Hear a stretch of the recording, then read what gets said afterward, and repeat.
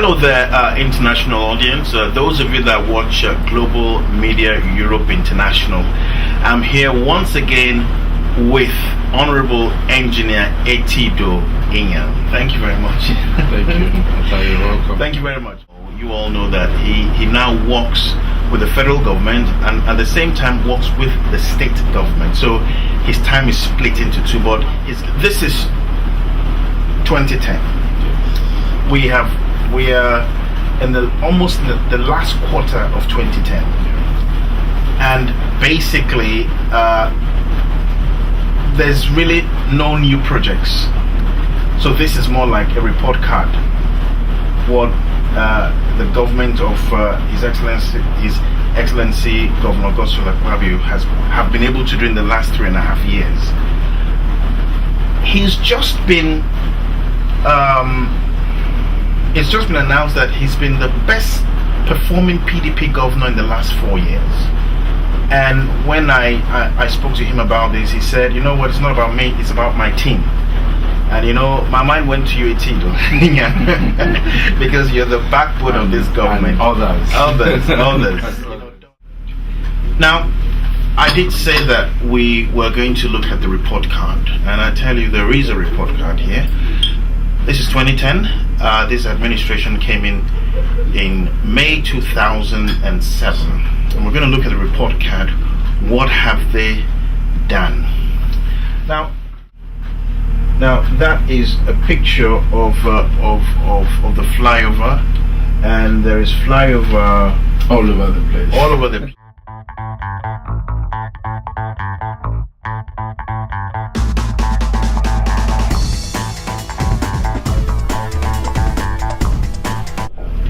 This was not born out of just wanting to get a flyover.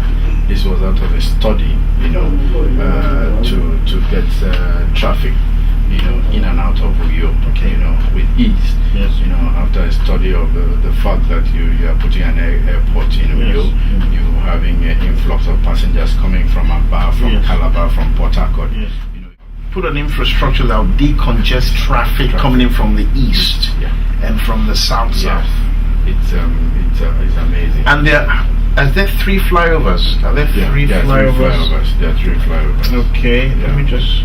President Commission 2 and 3. Okay. One is still on the way. Interesting. It's almost near completion. Almost near completion. Okay. Now we also have on that screen the Ekamitam Kalabaito Road. Yes. That has been completed. The one I talked about, Algidos Bridge, were deep down there, 12 meters. That's right. 10 meters.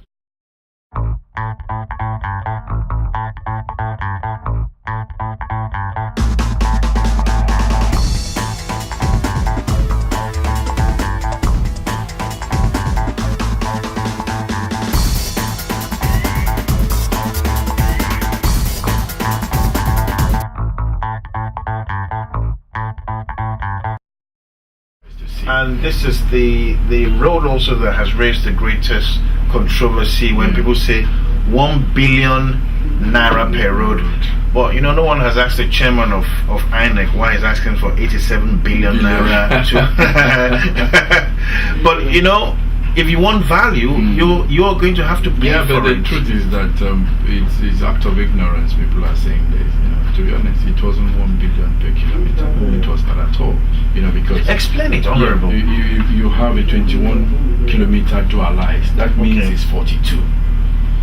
Right. So it's not 20 kilometers. No, it's not 22. Yeah. It's that times 2 because you have to double. Right. Okay. Yeah. Right. Okay. So the cost of even the median, the cost of the drainage. The median is the center, the centerpiece. Yes, the centerpiece. Okay. The cost of the electricity.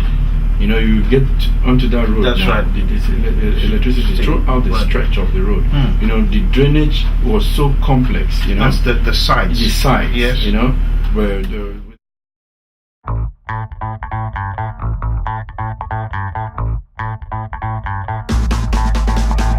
There's a bridge in there. Okay. All of these components of these and 21 billion. you also have to demolish houses and compensate. Compensation was in there.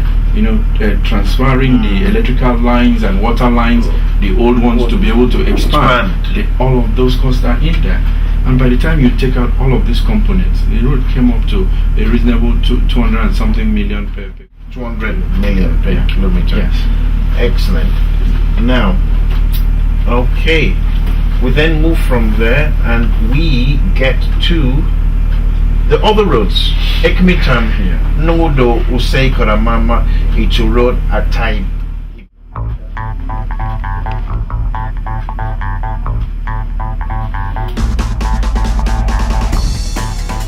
Concept of His Excellency, like even when he was going to campaign in some of the areas, yes. he couldn't make it to the arena on time. He couldn't. At one point in Timebo Road, he wept. By the time he got in there to the audience, he was weeping, and people asked him why. He was in tears. Yeah, he was in tears. He said, "I can't believe this is my state," and he said, "Well, I'm not going to promise you that I'm going to fix this road because I know people have been using this for politics all through the years." So they make promises that they don't keep. They keep, So when he got into office, these were the first set of roads, These roads we're looking at now were the first set of roads that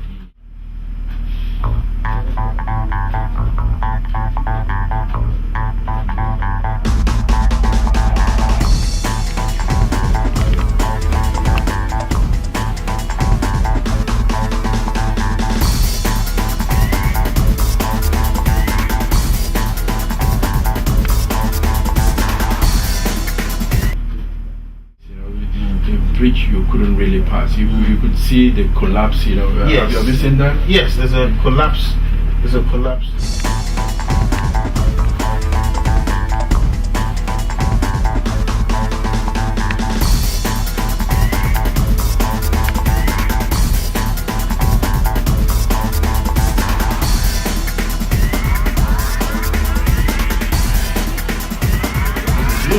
This is the Etido Bridge. A lot of the people in diaspora, when they came back, they couldn't find their way to their homes, because they couldn't believe it.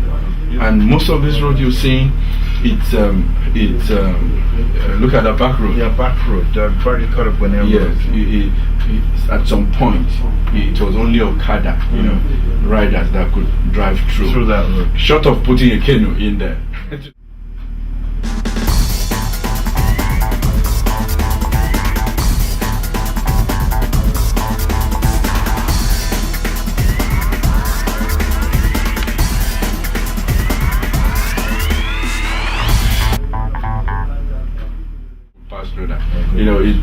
For 20-something years, you couldn't traverse this road from Ikiddeh to Aba.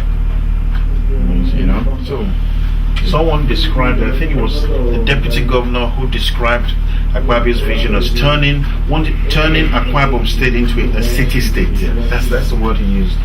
Now, so we have the Usei Koramama in Nensati, Lawrence, Etimagbenyoron, Etimepo. All these are urban roads. The people gave up. They thought they would never have a road. Wow. They just thought they would never have a road. And all these are the urban roads? Yes. No, not really urban. Okay, are these federal roads? No, these are rural roads, Oh, this rural roads, Oh, this rural roads to link up. Okay. He has said, we have 6 cities, Okay. He said, look, by the time I live in 8 years, I'm going to create 1 or 2 more cities. So how do you create cities? The proximity between driving from the metropolitan, like Uyo to Ikiddeh, for example, shorten it and people build houses because of all of that, and then you create economic hub and all of that. That's right. That is the vision. That is the vision.